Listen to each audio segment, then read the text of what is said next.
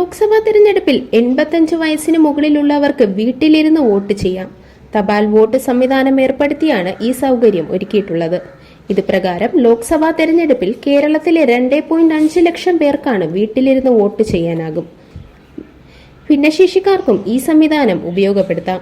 ഇതോടെ കേരളത്തിൽ നിന്ന് ഈ രണ്ട് വിഭാഗങ്ങളിൽ നിന്നായി 5.12 ലക്ഷം പേർ ഇത്തവണ വീട്ടിലിരുന്ന് വോട്ട് ചെയ്യുമെന്നാണ് പ്രതീക്ഷിക്കുന്നത്.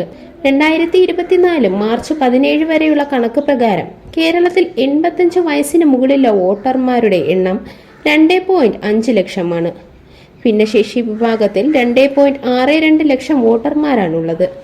കഴിഞ്ഞ നിയമസഭാ തെരഞ്ഞെടുപ്പിലാണ് ഈ സംവിധാനം കേരളത്തിൽ അവതരിപ്പിച്ചത്. മുതിർന്ന പൗരന്മാർക്കുള്ള തപാൽ വോട്ട് സംവിധാനം 2021 തെരഞ്ഞെടുപ്പിൽ വ്യാപകമായി ഉപയോഗിച്ചിരുന്നു. കേരളത്തിലാകെ 20 ലോക്സഭാ മണ്ഡലങ്ങളാണുള്ളത്. ഏപ്രിൽ 26 കേരളത്തിൽ തെരഞ്ഞെടുപ്പ് നടക്കുക.